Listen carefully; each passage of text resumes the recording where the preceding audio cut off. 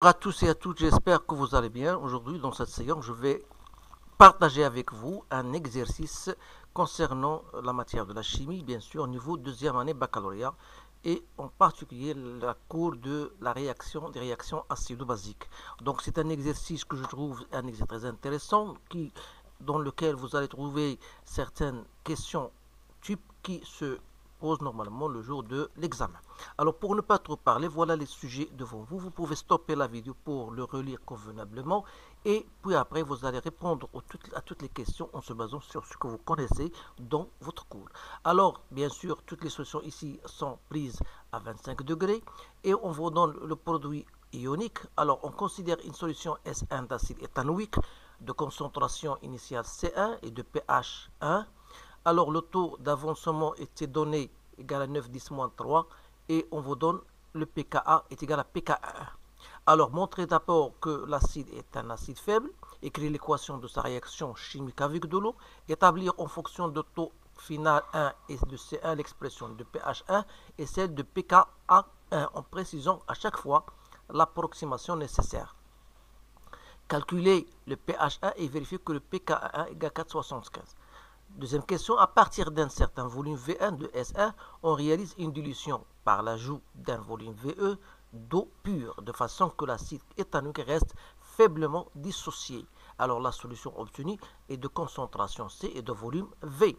Alors montrer que le taux d'avancement final de la réaction de l'acide éthanoïque avec de l'eau dans le S s'écrit TF égale à TF1 racine carrée de C1 sur C. Sachant que le pH de la solution S est donné par l'expression que vous voyez devant vous. Alors calculer le pH S est au final comme le volume ajouté d'eau et 3V1. Quel est l'effet de cette dilution sur la constante d'acidité et sur le pH de la solution? Question 3. On dispose d'une solution aqueuse S2 d'acide éthanoïque faiblement dissociée dans l'eau, de concentration molaire initiale C2 et de pH égale 2,37. Alors, vous allez vérifier que le pKa2 de cet acide-là est égal à 3,75 et vous allez comparer enfin les forces de l'acide éthanoïque et de l'acide méthanoïque. Alors, voilà grosso modo toutes les questions qui se sont posées. Alors, essayez, comme je vous ai dit, de stopper la vidéo et de relire comme il le faut toutes ces questions et vous allez commencer par répondre. Alors, je passe maintenant à la correction. Donc, pour la question 1, était de montrer que l'acide est faible. Alors, pour cette question, il faut tout simplement se concentrer sur le fait que le taux d'avancement, parce que cela était donné. Donc, qu'est-ce qu'on va dire? On va dire tout simplement, voilà la question A. On a taux final était donné 9, 10, moins 3 qui est inférieur vraiment à 1. Alors dans ce cas, on peut dire que l'acide est faiblement dissocié ou bien que l'acide CH3CO2 est un acide faible. Donc voilà, c'est une question gratuite. Deuxième question, établir en fonction de taux final 1 et de l'expression de pH. Vous sachez que le pH 1, normalement, c'est moins log de la concentration de H3O+. Alors, il faut quand même utiliser taux final 1. Vous savez que, d'après le cours, c'est X final sur X max. Or, ça, c'est H3O+, fois le volume V. Sur X max, c'est C1V.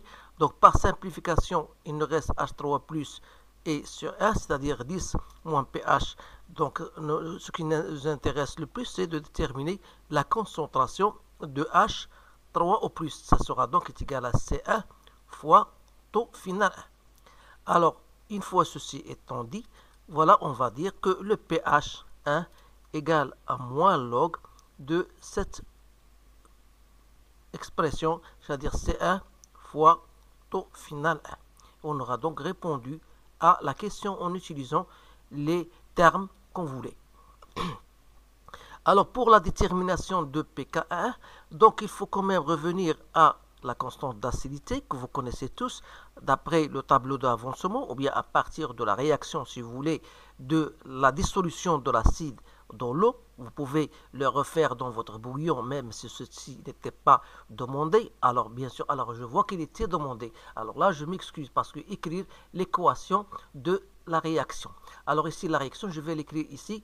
Donc, normalement, CH3CO2H plus de l'eau. D'après Bronsted, c'est un acide qui doit libérer un proton. Donc, on doit trouver notre base conjuguée plus H3O+. Alors, donc, notre constante d'acidité sera H3+, fois la concentration de la base conjuguée sur la concentration de l'acide. Alors, il faut toujours utiliser les approximations, puisque l'acide, on vous dit que l'acide CH3CO2H est faiblement dissocié. Ça veut dire quoi? Ça veut dire que la concentration de CH3CO2H, ça restera à peu près égal à C1. C'est normalement, d'après le tableau de valence, C1V moins X à l'équilibre, si vous voulez, d'après le tableau de variation, si vous le faites, sur V. Alors, comme si je divise par V, ça reste C1, alors X équilibre sur V n'est autre que la concentration de H3+. Alors, je ne voudrais pas revenir au cours pour vous montrer pourquoi. Il suffit tout simplement de faire votre tableau d'avancement et vous aurez toujours X équilibre, c'est le nombre de mots sur le V, c'est la concentration. Alors, si H3+ est égal à C1 fois taux final 1, alors ça veut dire quoi?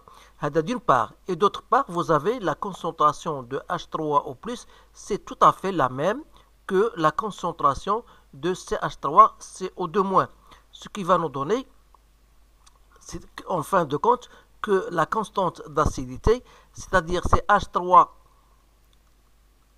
au carré sur C1, si vous voulez, sur CH3, on a dit CO2H. C'est-à-dire quoi? Alors H3+ sera C1 au carré, T final au carré. Je vais donc faire une simplification tout de suite. Donc ça restera C1 sur 1 moins C final. Lorsque je vais mettre C1 en fonction, il me reste 1 moins taux final. Alors n'oubliez pas que taux final est très négligeable devant 1.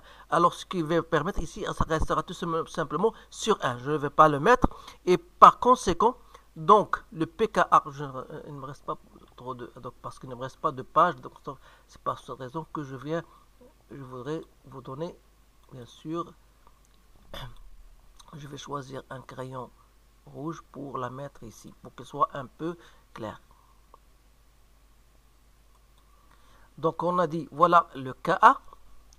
Alors, le pH, donc le pKa, donc ce sera donc quoi?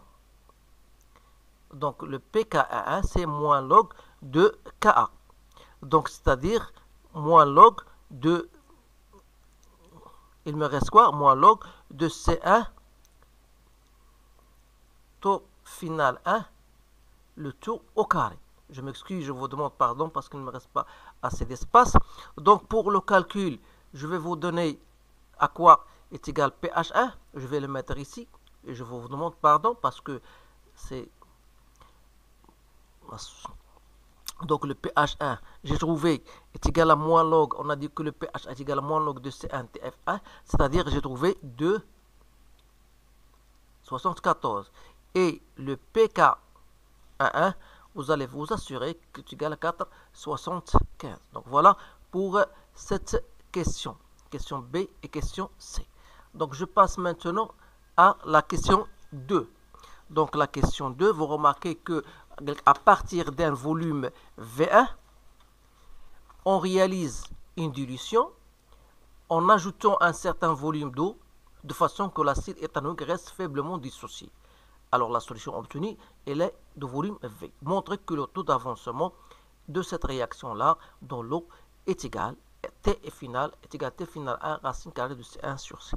Alors d'abord, il faut comprendre de quoi il s'agit. Donc lorsqu'on parle de la dilution, donc c'est quoi la dilution? C'est-à-dire on va prendre un certain volume auquel on va ajouter c'est-à-dire on prend un volume V1 de la solution S1 auquel on ajoute un certain volume d'eau, connaissant la concentration initiale est égale à C1, on va donc passer à une solution S qui aura une concentration C et un volume V total qui est égal à V1 plus V d'eau.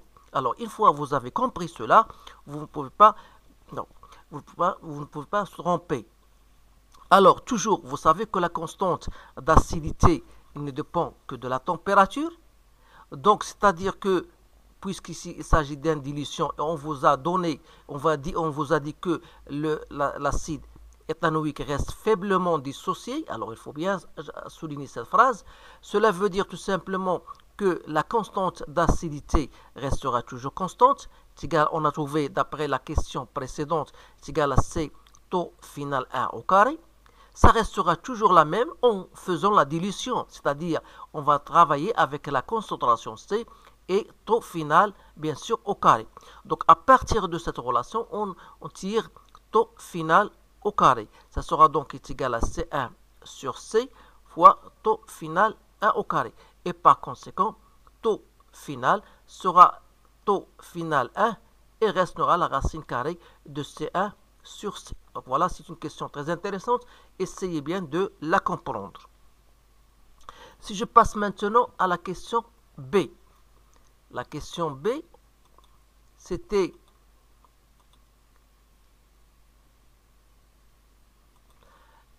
on vous donne le pH de la solution. Calculez le pH quand le volume ajouté égale. Donc d'après ce que nous avons déjà écrit, on a dit que le volume total, c'est le volume V1 plus le volume d'eau.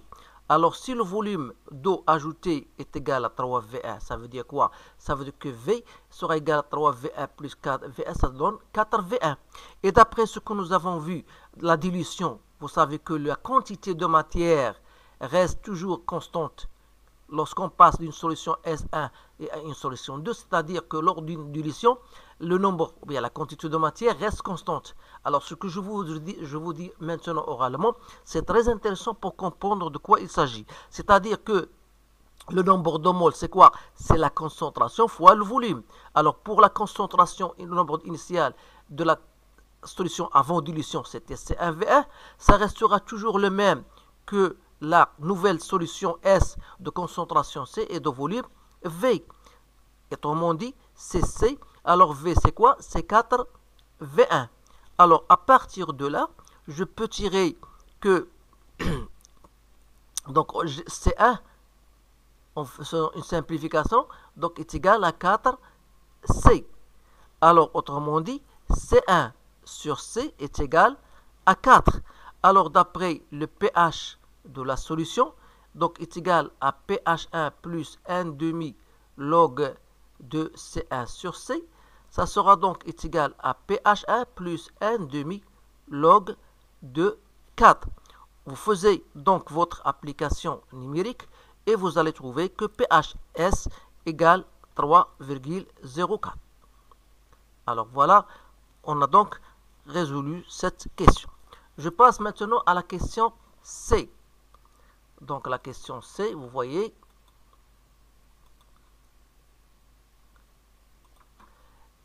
préciser l'effet d'une dilution. Alors, vous savez que la constante d'acidité, il ne dépend que de la température. Donc l'effet d'une dilution n'aura aucune influence sur cette constante. Donc on va écrire cela tout simplement par une phrase. Vous pouvez choisir d'autres phrases si vous voulez. Donc pour la première, on va dire que la constante d'acidité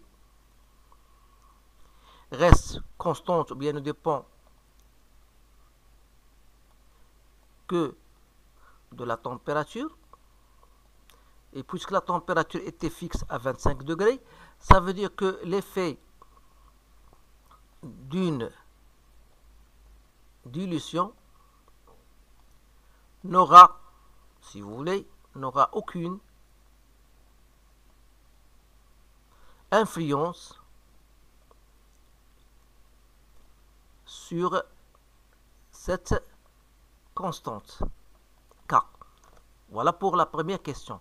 Alors pour le pH, vous savez que pour le pH, d'après les valeurs de pH qu'on a trouvées, on a le pH de la solution avant dilution, c'était de 74, et le pH après dilution, on a trouvé 3,04. Vous remarquez que le pH de S est plus supérieur au pH de S, c'est-à-dire après dilution, vous remarquez une augmentation de pH. Donc après dilution, donc il y a augmentation du pH. Voilà pour cette question. Donc je passe maintenant à la question 3. Donc la question 3, on vous donne une solution S2, faiblement d'acide méthanoïque faiblement dissocié, de concentration C2 et de pH 2. Alors, vérifiez que le pKa égale. Alors, toujours d'après ce que nous avons trouvé tout à l'heure, on a Ka, d'après, en fonction de C et de la au final, on peut le réaliser ici. Donc, c'est C fois taux final. Donc, taux final de cette solution que j'appelle la solution 2. Alors, vous remarquez bien sûr, vous avez taux final, c'est quoi?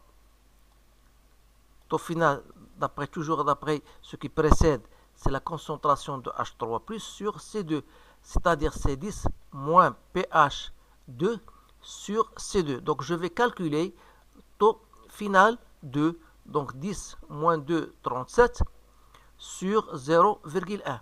Donc, soit taux final 2, 4, 26, 10 moins 2. Alors, pour Ka2, donc je vais remplacer, donc c'est C2, donc c'est 0,1 fois 4, 26 au carré, 10 moins 2 au carré, ça donne 10 moins 4. Alors je trouve K, c'est 1,8 si vous voulez, oui, je vais mettre 18, ce que j'ai trouvé, 18, 10 moins 5. Et par conséquent, le pKa2 qui est égal à moins log de K2, c'est-à-dire moins log de cette expression-là, vous allez trouver 3,75. Donc vous allez vous assurer vous-même. Alors la question B, vous allez comparer les acides. Donc vous remarquez bien sûr, vous pouvez, à partir de pK, vous remarquez que le pK2 est inférieur à le pK1. Donc ça veut dire que l'acide en question est, puisque ça pKa2 il est inférieur, donc ça veut dire qu'il est plus fort que CH3CO2H. Donc voilà, on a donc terminé, je pense, avec cet exercice là. Donc c'est un bon exercice vraiment, qui incite tout simplement que vous faites très attention à votre cours et vous pouvez appliquer tout ce que vous connaissez. Donc voilà, on a donc terminé avec ce sujet. Donc essayez de le refaire et si vous avez des commentaires, n'hésitez pas à me les envoyer. Je vous remercie, je vous souhaite une bonne chance et je vous dis à bientôt.